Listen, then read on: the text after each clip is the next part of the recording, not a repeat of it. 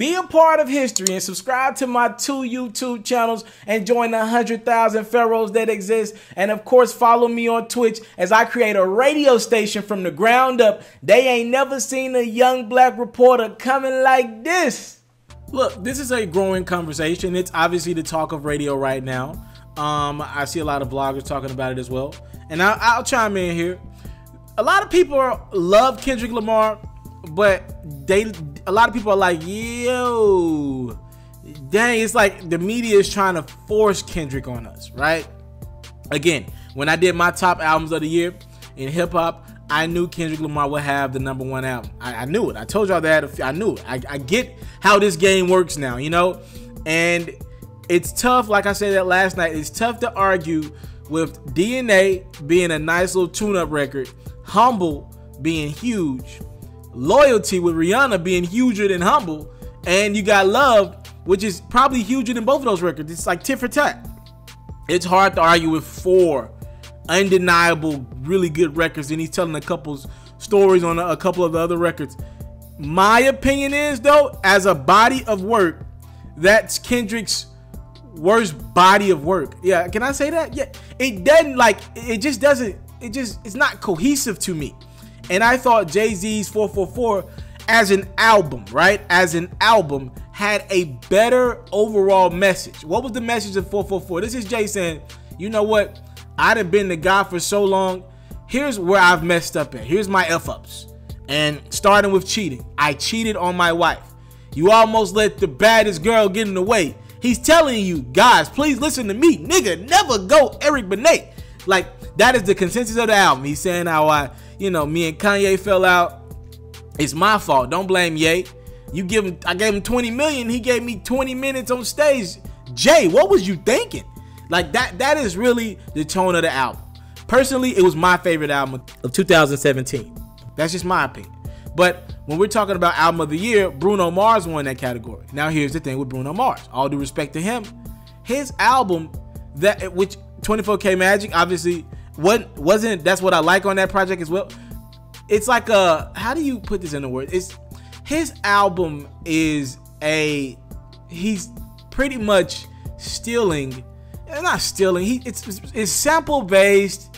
It's pretty much him taking from a couple cultures ago, and I'm not mad at Bruno for what he did, but at the same time, we have to put in perspective that it's not all original content. It was more or less of a tribute album to people who paved the way and been musical influences on his career. And I'm fine with Bruno. Listen, man, say what you want about Bruno Mars. To me, he's the best entertainer in the world right now, with Beyonce in a close second. The brother makes music that people can dance to, love, make love to, have fun with. His records just reaches a bigger demographic than Jay-Z does right now. Jay-Z is cool for us. But when we're talking best rap album overall, Bruno Mars, it just makes a music that hits a more broader group of people. I didn't necessarily think Bruno Mars' album was message-based in his last project. That's just me personally. What more did I learn about Bruno Mars with that album?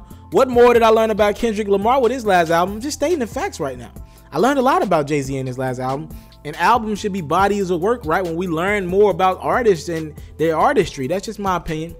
Now, I think with SZA, she definitely has a reason to be upset. SZA was nominated for 5 Grammys. She came home with none. She was nominated more than any other woman. She should have won Best New Artist, right? If you don't want to give her top records, whatever, you don't want to give her that, that's cool. But SZA definitely should have won Best New Artist over Alessia Cara, right? It was her, Alessia Cara, Khalid. Wasn't Uzi in that category as well? Uzi had a lot of success, but to me, I personally believe SZA should have won that category. I just think she's more impactful to my culture, which, again, I know my culture is not the only thing that the Grammys is put in perspective, but I just don't agree with going with Alessia Cara.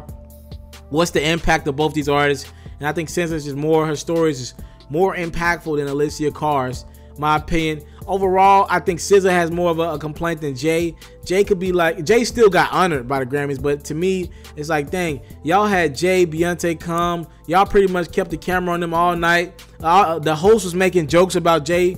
You know what I mean? Give them something. You get something. You got them front row. You got Beyonce out the house. You got Blue Ivy out the house off schedule. Y'all know Blue Ivy's sleep schedule is important, right? And y'all don't give them nothing. They don't even stand up for nothing, no cameos. And I heard reportedly Jay didn't want to perform. But it's like, yo, they got to get something. And I know y'all like, yo, we want people to vote. We don't want nobody politicking. But let's be clear. The Grammys is one big political race. If you want to keep that Carter family happy and have them coming in the future, you figure it out how to get them one award. Or give Jay one award so he can go on stage and thank Beyonce. Like, you missed a moment, Grammys. Beyonce was there because she wanted to hear a man say, I'm sorry in front of everybody again. All right? If the tour wasn't enough, if the album wasn't enough, that's what that was going to be about. And you missed that moment to have Jay go on stage and say, thank you, Beyonce, for helping me make this album. And I'm sorry again. Y'all missed a very viral moment yesterday. And I'm just, Jay and Kendrick were nominated in 7. Jay was nominated 8 times more than anybody, and Kendrick was nominated 7 times. And you know, he was nominated 7 times, 7 of the 8 categories that Jay was in. And pretty much Kendrick won the bulk of the awards. Him and Kendrick and Bruno pretty much won every award that they were that Jay was nominated in. So it's like, dang, y'all couldn't figure out a way to get all 3 of those guys. That's just my opinion. What y'all think? Was Jay-Z and or SZA snubbed at the Grammys? I want your opinions in the comment section below. Thank y'all for the time. Let's support. Salute. I'm out.